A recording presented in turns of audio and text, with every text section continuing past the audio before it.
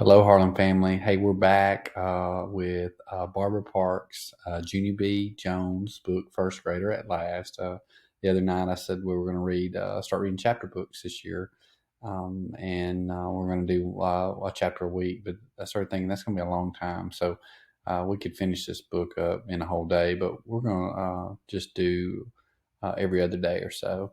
So, but what we left off, we were reading Junie B. Jones, first grader, and so she is in first grade, and she had been writing in her journal. We're going to start up today with chapter 2 for Goodnight, Harlan. So, when we left off, where her friend May was shushing her, which is not nice to do, and she Junie B had seen one of her friends, and her friend said she was friends with these twins now, and so Junie B was kind of confused. So we're going to start back up with chapter 2, More Surprises plus Herb. Mother and Daddy kept trying to cheer me up about first grade. Mother says sometimes life has disappointments in it, and Daddy says sometimes you have to roll with the punches. I say first grade is a flop. Last year I had two bestest friends. First I had Lucille, plus also I had that Grace. Me and that Grace rode the school bus together every single day.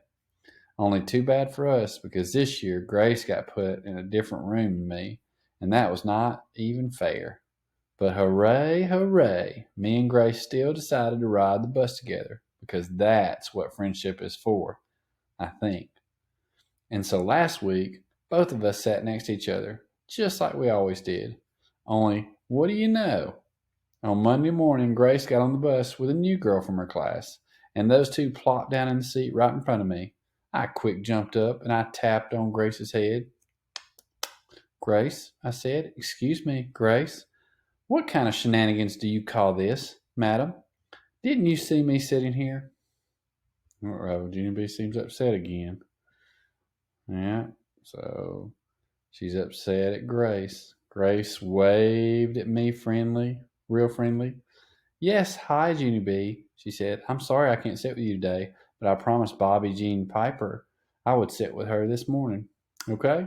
And I stamped my foot. No, Grace, not okay. You can't sit with Bobby Jean Piper. I said, you and I have to sit together every single day. Because we sat together every day last year.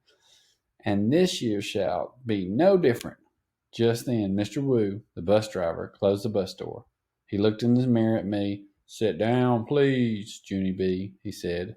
Bobby Jean Piper pointed and grinned. You got yelled at, she said, kind of mean. I made a scary face at that girl. Urgh, I said. Urgh, Bobby Jean Piper. Behind me, I heard a loud laugh, and I quick spun around, and guess what? It was Herb, who sits in front of me in room 1. Herb, I said, real surprised. I didn't even know that you rode this bus. Herb kept on laughing. You said grrr, he laughed. Grrr. Ah, that's a good one. I wrinkled my eyebrows at that boy. I think that means she was confused. Yeah, only here's the problem, Herbert. I said, grrr is not actually a joking matter. Plus, I wasn't even talking to you. Herb quit laughing. I know you weren't talking to me, he said. No one on this bus ever talks to me. That's because last year I went to a different school, so I don't have any bus friends yet.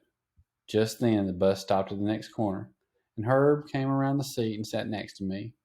Maybe just for today I can sit here, he said. Just until you get your bus friend back, I mean. I tapped my chin thinking, and all of a sudden I raised my voice real loud. Why, sure, you can sit here, Herbert, I said. You can sit here forever if you want to, because I used to have a best friend named Grace, but today I am dropping her like a hot tomato. Bobby Jean Piper peeked over the seat at me. You mean potato, she teased. I sprang up again. Bobby Jean Piper, where's a diaper? I hollered. Mr. Wu frowned in the mirror. Sit down, Junie B, he grouched. I sat down, and then I did a big breath, and I looked at Herb. Today is not off to a good start, I said, kind of quiet. Herb nodded. I hear you, he said. Let's see, we'll go ahead and look at that. She's not happy, is she? I slumped way down in my seat. My bestest friends are dropping like flies, I said. Herb nodded. Join the club, he said. First grade is a flop, I said. Herb nodded. Totally, he said. I looked out the window. Grrr, I said. Grrr, said Herb, and I smiled just to myself. I think I might like this Herb. We're going to do chapter 3 because that was a short chapter. Stumped. Me and Herb walked to room 1 from the bus, and he waved to Mr. Scary. Then I waved too. I'm not even scared of that teacher hardly, I said just to myself. We kept on walking to our seats. May was already sitting at her desk. She was organizing her pencil box. Lenny was at his desk too. Only wait till you hear this. I didn't even recognize that guy almost, because Lenny had a thrilling new haircut, that's why. It was pointish and spikish and stiffish and straightish. That hair can puncture you, I think. Whoa, I said. Cool, said Herb. Jail, said Lenny. Shh, said May. Just then, Jose came hurrying down the row. He was rushing real fast because the bell was almost ready to ring. Hola, everyone, he said, out of breath. Hola, hola. Me and Herb and Lenny looked curious at him. Jose grinned. Whoops, he said. Hola means hello in Spanish. I know 2 different languages, and sometimes I forget which one I'm speaking. There they all are. Wow, Jose, I said. You really speak 2 languages? Cool, said Herb. Big deal, said May. I know Spanish too.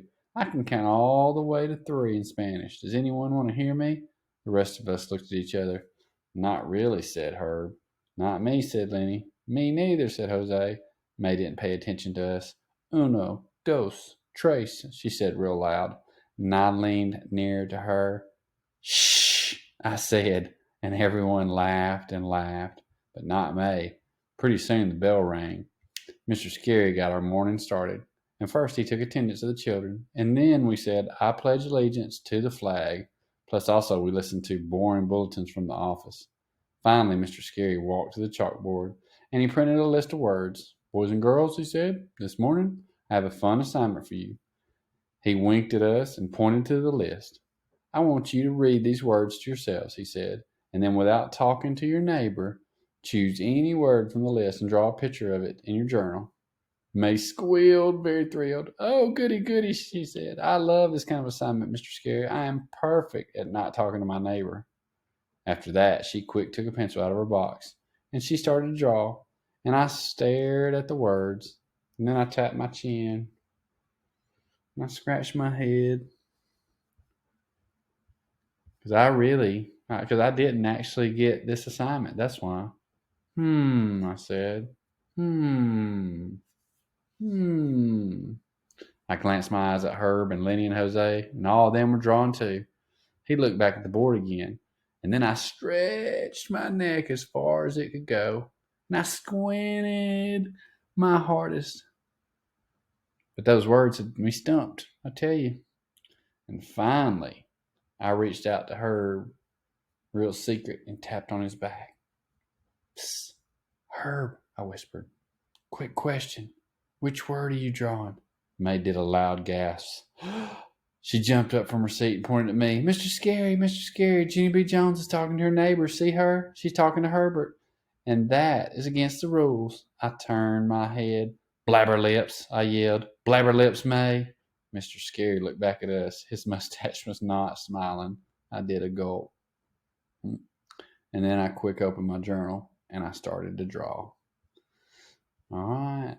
Next time we'll come up and